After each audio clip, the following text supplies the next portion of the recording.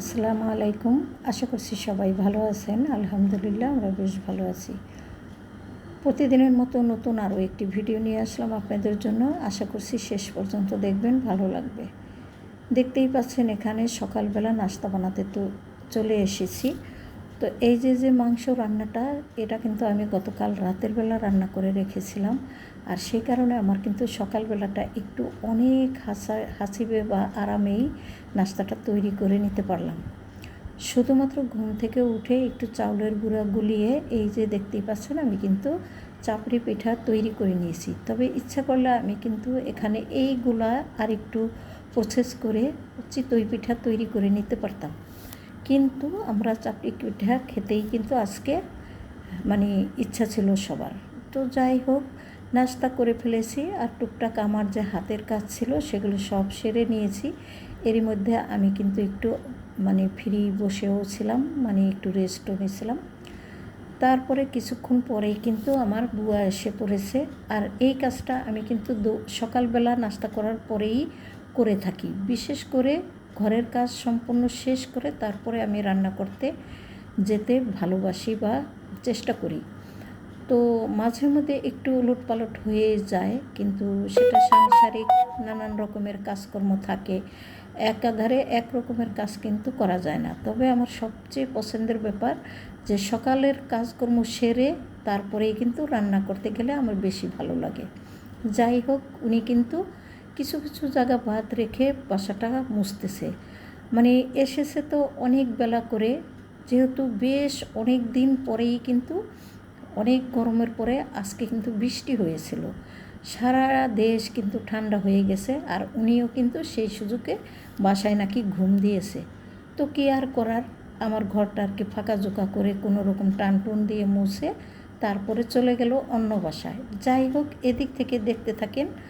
আমি আমার ছোট ছেলের রুমে এসেছি, সমস্ত সব কিছুই কিন্তু আমি ঝাড়া মোছা করে দিয়েছিলাম।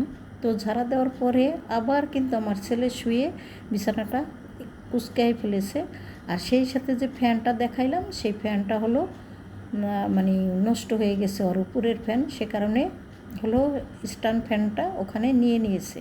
তো যাই হোক, তারপরে চলে এসেছিলাম আমার রুমে। আমার খাটের উপরে দেখলেন ওই কাজটা আমার হাজবেন্ডও করেছে, বাসায় যেহেতু ছিল।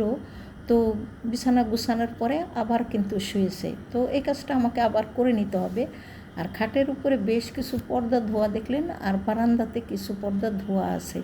তো সেই পর্দাগুলো কিন্তু আমি একটু একটু করেই ধুয়ে নিচ্ছি, কেননা আমাকে যেহেতু আমার হাতে এই ধোয়াধাইয়ের কাজগুলো করতে হয়, সে কারণে আমি কিন্তু একবারে ধুইতে পারি না। যেহেতু 3টা রুম বা আরও বাড়তি কিছু জায়গা থাকে পর্দা দেওয়ার মতো, তো সেই জায়গায় অনেক পর্দা হয়ে থাকে। তো পর্দাগুলো আমি কিন্তু অল্প অল্প করেই ধোবো। আর এখানে দেখতেই পাচ্ছেন আমার রুমের ভিতরে কিন্তু আমি শোকেস রেখেছি, কারণ শোকেসের জায়গায় আমি টিভি রেখে দিয়েছি। তো আর একটা লাগেজ ছিল, লাগেজটা আমার পুরানা বেড কাভার দিয়ে পেঁচিয়ে খুব সুন্দর করে আমার ওয়ার্ডরোবের উপরে রেখে দিয়েছি। আর এই যে দেখতেই পাচ্ছেন এখানে কিন্তু একটু হালকা পাতলা কাটা বাছা করে নিচ্ছি। তবে অত বেশি কিছু কাটতে হবে না, কেননা রান্নাবান্না খুবই কম, সিম্পল রান্নাবান্না, একটা তরকারি রান্না করব শুধু। সেই কারণে আমি একটু মরিচ আর পেঁয়াজ কেটে নিলাম। আর এই যে হলুদের যে মশলা দানিটা, সেটা দেখতেই পাচ্ছেন একেবারেই নোংরা হয়ে গেছে। আর এই নোংরা হওয়ার কারণে যতটুকু মশলা ছিল অন্য বাটিতে উঠিয়ে আমি এটা এখন ভিজিয়ে রাখবো, তারপরে পরিষ্কার করে নেব। সকালে যে নাস্তা করেছিলাম প্লেট বাটিগুলো ধুয়ে আর কি আমি সিঙ্কের উপর করে রেখেছিলাম পানি ঝরে যাওয়ার জন্য। এখন যেহেতু রান্না করতে হবে, সে কারণে আমি এখানে এসে আগে প্রথমে প্লেট বাটিগুলোই গুছিয়ে নিব। আর এখানে আমি চামিচগুলো এইভাবে রাখি। রান্নাঘরে যেহেতু অত সুন্দরভাবে কাউন্টার টপ নাই, ওখানে আমি কিন্তু চাইলেই একটা হোল্ডার রেখে চামিচগুলো রাখতে পারি না, সেরকম জায়গা আমার এখানে নেই। তো যেহেতু নেই, সেই কারণে আমি কিন্তু একটা হোল্ডার ওই আমার সেলফের উপরেও রাখতে পারি না, কারণ এটা সব সময় ব্যবহার করা হয়। আর যখন কাজ করি তখন কিন্তু এটা একটু নাড়াচাড়া খায়, আর সেই কারণে কিন্তু চামিচগুলো সবসময় উল্টে পাল্টে পড়ে যায়। তো তো আর কি আর করার, চামচগুলো আমি ওখানেই ওইভাবে রেখে দিই। আর এই যে প্লেট বাটিগুলো, এই প্লেট বাটিগুলো আমি এখানে এইভাবে রাখি। তো আপনাদের সাথে একটু সেই গোছগাছের ব্যাপারটাও শেয়ার করলাম। আর এখন রান্নাবান্নার প্রস্তুতি নিব, সেই হিসাবে আমি কি বাইর করছি ফ্রিজ থেকে দেখেন। গতকাল রাতে কিন্তু বেশ কিছু ডাটা আমি খুব সুন্দর করে কেটে রেখেছিলাম।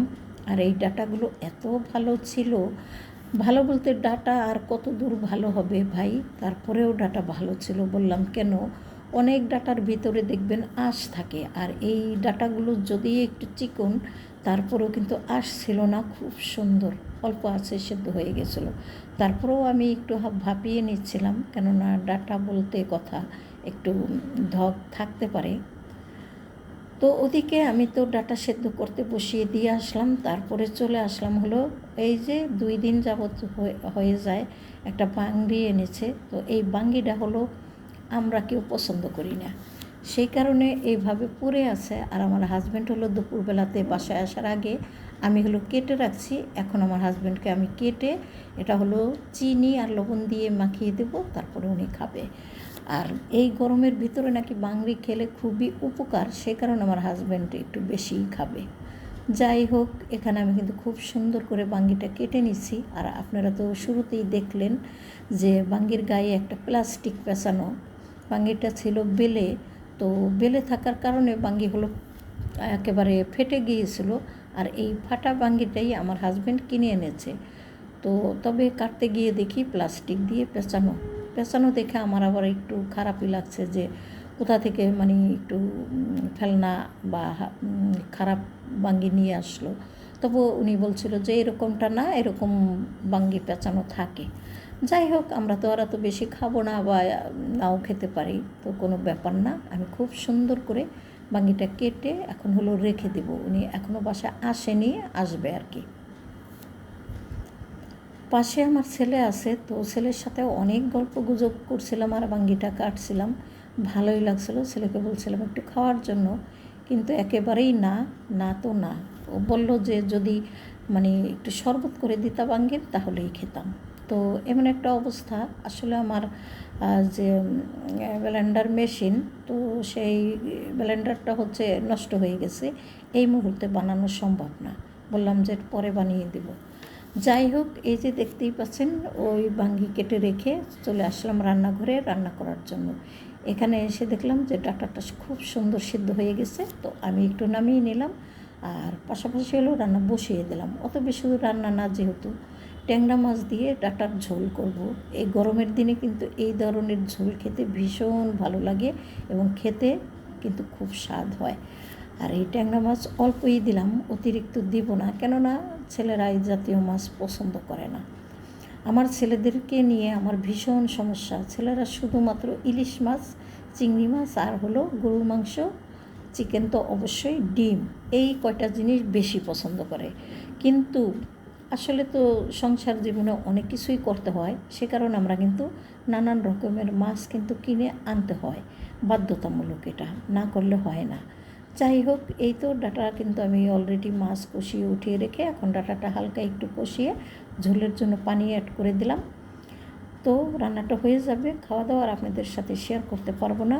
ওই যে পাশের চুলায় দেখছেন কড়াইতে কিন্তু আমার চিকেন রান্না করা আছে, ওই দিয়ে আমাদের আজকে হয়ে যাবে। আল্লাহ হাফেজ।